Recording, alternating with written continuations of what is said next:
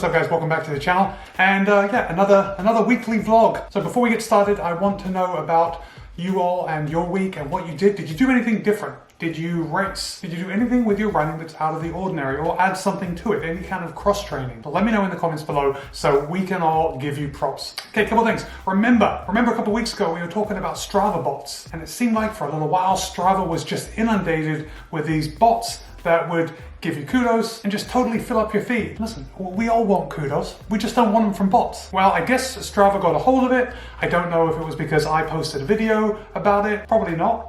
But I like to think it could have been. Funnily enough, I did get an email notification from someone wanting to be my friend. I'll throw it up on the screen right now. And wouldn't you know it, it's my good friend Punish Me Here, all the way from Strava, now actually requesting to follow me on Garmin. So then the bot can blow up my Garmin feed. Well, joke's on you, Punish Me Here. I've been using Polar. I don't have anything for you to kudos on Garmin, but to be clear, I did decline the offer to follow me. So when I do go back to Garmin, I don't have to worry about this person seeing everything and give me a thumbs up. Let me know if you've run into the same bots outside of Strava. I did take delivery of Atreus the Artist, their $100 carbon-plated racing/training shoe. I haven't actually taken it out for a run yet, and I don't know when I'm going to, just because we've got rain in the forecast the next couple of days, and at least for my first run, I don't want to take them out and trash them and get them all dirty on the first run. You know what I mean? At least one run, I want to baby them. After that, I mean, who cares? So stay tuned to the channel for that. Okay, one more thing I wanted to talk to you guys about was I got an article emailed to me, and the title was 12 ways to tell you're getting better at running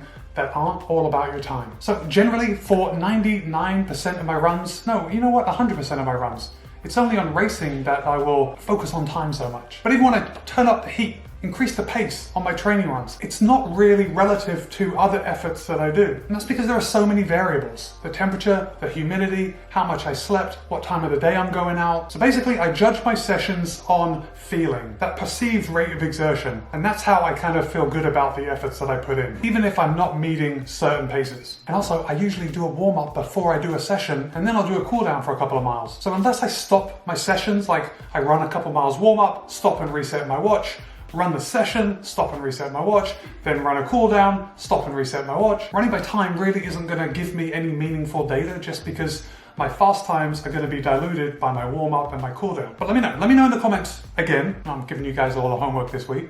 Let me know in the comments again how you judge your runs. How do you judge improvement by your run? So let's just go through a couple of them. Now I get it. The next couple ways of showing improvement in your runs is probably more likely for people at the beginning of their running journey, but the first one is to be more consistent with your running. So if you've struggled in the past to run 2 times a week, perhaps as you run 2 times a week, maybe up it to 3, then 4. That is a great way to show improvement in your running. It really has nothing to do with speed. Consistency is the secret sauce, and if you could be consistent, if you can move from being inconsistent to consistent, you're going to be improving. Perhaps we can go by feel.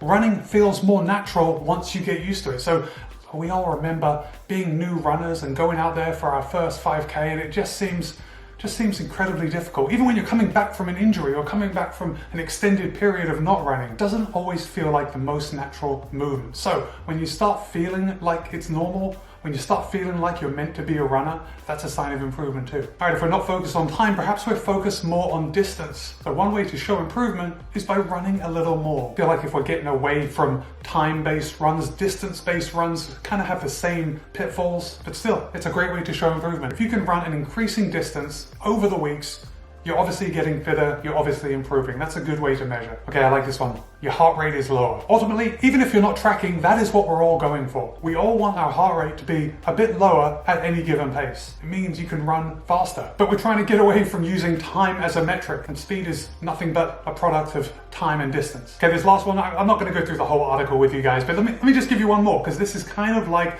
this ties into heart rate, ties into perceived exertion, but improvement could be judged by your breathing while you're running. Now obviously if your heart rate's coming down, you're going to be breathing a lot easier. But if you're not tracking your heart rate, just judging by breath, that's a great way to show improvement. Now we all know that the vast majority of our runs need to be run at a conversational pace. When we start, we tend to run too fast. We think we have to run faster than we really do. And you might be able to recognize improvement by talking more when you're running. So go out with your running buddy, see if you can hold a conversation while you're running. If you can't, maybe that's something to shoot for. Okay, let's quickly run through my training last week. Okay, I started off a great day. Monday last week was 10.1 miles, but 7 of those miles were at tempo pace. And remember last week we were talking about the Puma DV8 Nitros. I did run that 7 tempo in the Puma DV8 Nitros. It was pretty good. Those shoes were made for that kind of running. But that was a really hard effort for me. Harder than I usually put out, especially for that amount of time in training. And I have to tell you that I paid for it for the rest of the week, at least the next couple of days. I was feeling a little tinge in my kind of right glute for several days after. Tuesday I ran 10, Wednesday I ran 7.3, and then I was still feeling it. So it didn't actually, that feeling in my glute didn't come on the next day. It was more like the day after that. And I was working every day, so I had very limited time to stretch out and foam roll. But Wednesday was, I decided to pull back. I only ran 2 miles. And I was really glad I did, because the next day I started feeling good again. And get this, foam rolling, you know, it's legit. I've made several videos about foam rolling, and yet I still don't do it as much as I should. But I'm telling you, when my glute was hurting and I got down on that foam roller and I was kind of rolling it out, I could actually stand up and I couldn't feel a thing after. It was like magic. So guys, take it from me and do as I say, not always what I do. Foam rolling is the secret source of recovery. Sometimes, at least this week for me. So yeah, Friday, 10.1 miles.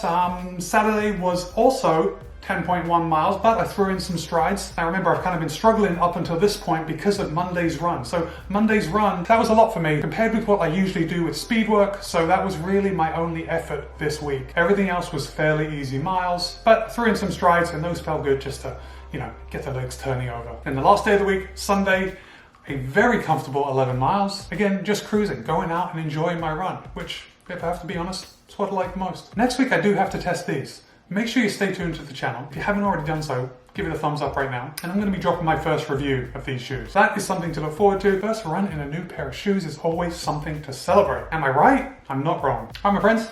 Thanks for being here. Thanks for being a part of the channel. I know this was kind of a rambling kind of update on me, and just, of course, I want to hear about you. That's the main thing. Getting this conversation going in the comment section is the best part of making these videos for me. Quick reminder, post new running videos at least twice a week. Be kind, be happy, run well. See you in a couple of days.